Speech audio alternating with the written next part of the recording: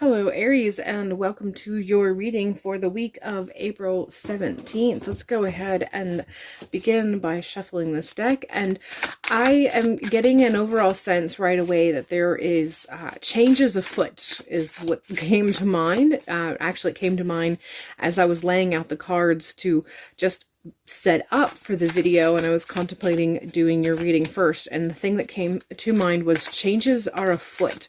So there's some shifts that you are going to experience. Some of them you're going to experience just in regards to the events and how they unfold in your life from a very personal perspective, from a very personal experience. And some of it is you're going to be watching some shifts. And the shifts may or may not have a major impact on you personally, but your understanding of events is going to be shifted as a result of how you are observing these changes, however afar or near you may be. The changes afoot, I feel like there's a very select few of you that this is going to be work related. There's some sort of like cliques or some sort of groupings. Cliques is the best word. It just keeps coming up no matter how I try to look for another word. But the office cliques and office interactions, and there's going to be kind of an unfolding of events regarding specific people or groups of people, and it's just going to bring you some clarity. And I feel like for those of you who this is the case, I think that it feels like they're for those of you that this is the case, you've been actually kind of contemplating work and what work means to you, and how you regard work and what you want to do in the future regarding how you regard work. And so that's kind of coming in a little bit. Sorry about that. The phone rang and I had to go answer it. Anyway, so there's just this experience of some shifts regarding work, your perception of work, your understanding, and some clarity you have, and some questions you may have had regarding your job and or possibly your career. And then, like I said, for a good many of you, the experience may not be nearly as personal as much as you were kind of observing it from afar. And then that has an impact on you in a personal way as far as your experience and your perception of greater events, and how that influences how you consider and may move forward as a result of it. All right, so we're going with the Fool, and as the first card in this reading, and I feel like this is coming in strong in regards to how that shift is going to make it so that you are going to be free in a way. Like you're going to experience insight that allows you to see things from a different angle, and as a result of that, you feel a sort of ability to make decisions that you may have been holding off on as a result of previous comprehension or perception of the events or the issue at hand.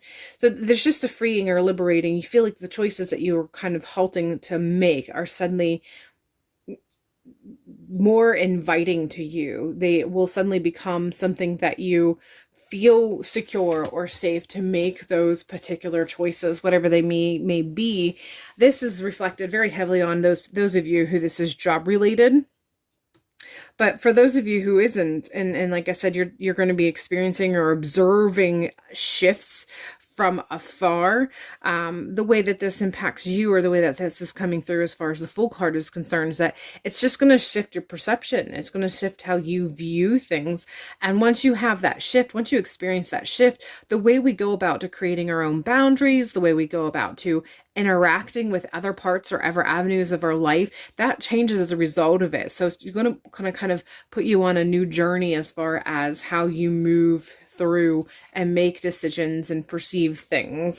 We're continuing with the Knight of Wands, and I feel like this is just coming in strong with that sense of action, that sense of how once again you feel or experience this shift in perception, and you recognize this shift in perception, how It makes it so that you feel more confident in things that you may have been kind of dismissing, or you have been trying to come to a conclusion and making a decision, but you've been struggling because all these other things were a good excuse not to. So a good example would be, sometimes we feel like we're ready to have a new job, or that we're ready to move on. But one of the reasons why we don't always go seeking for another job is because the comfort zone that job gives us, because vacation or personal sick days that particular job provides, or the fact that we've been there for X amount of years, and so that makes us feel like we are kind of beholden and remaining to that job because, well, you've already put in so many years, how could you start over at a new place with no history? So this shift that I'm talking about, and how you experience it as a movement from a personal perspective that allows you to feel like you can kind of make some changes. It's actually going to make it so you follow through with some changes. And for some of you, it can be you finally speak up because of things that are happening at work. You finally file a claim that you should have filed a long time ago, but you didn't feel like you were in the right in filing that claim, or seeking another job, or taking that risk regarding a business entrepreneur that you hadn't really felt comfortable or confident, or you were questioning whether you were considering the right thing. So the experience that you're going to have, that shift that you're going to experience, it just makes it so that you see things from a new perspective. It allows you to approach things from a new perspective, and kind of just lights a fire underneath you, and allows you to actually follow through with things that you have been kind of putting off because of all of those things that I have already mentioned, and just how that has sort of influenced your movement forward or your movement ahead. So, let me go ahead and finish shuffling the second deck. So see what final message or summary we might have with this particular message regarding this week. And we're finishing with the vision card. And so don't let yourself be stopped with just seeing what's ahead and seeing what's available to you. Feed it some energy. Allow yourself to kind of envision and play with the visions that come when you comprehend things from this shift that you're experiencing. So when you envision what is possible, or the potential that is awaiting for you after you've experienced this sort of shift or enlightenment, allow your imagination to kind of run with that a little bit. It doesn't mean that you have to follow through with whatever your imagination kind of brings forth. It just allows you to kind of play a little bit in your mind's eye regarding the possibilities. And then the things that feel light, the things that make you feel kind of fuzzy or buzzy, or makes you feel like there's some high vibrations with it, you're going to get a sense of what it is that you want to pursue and what it is that you want to follow through with. So this is just kind of opening up some doors for you from a mental perspective.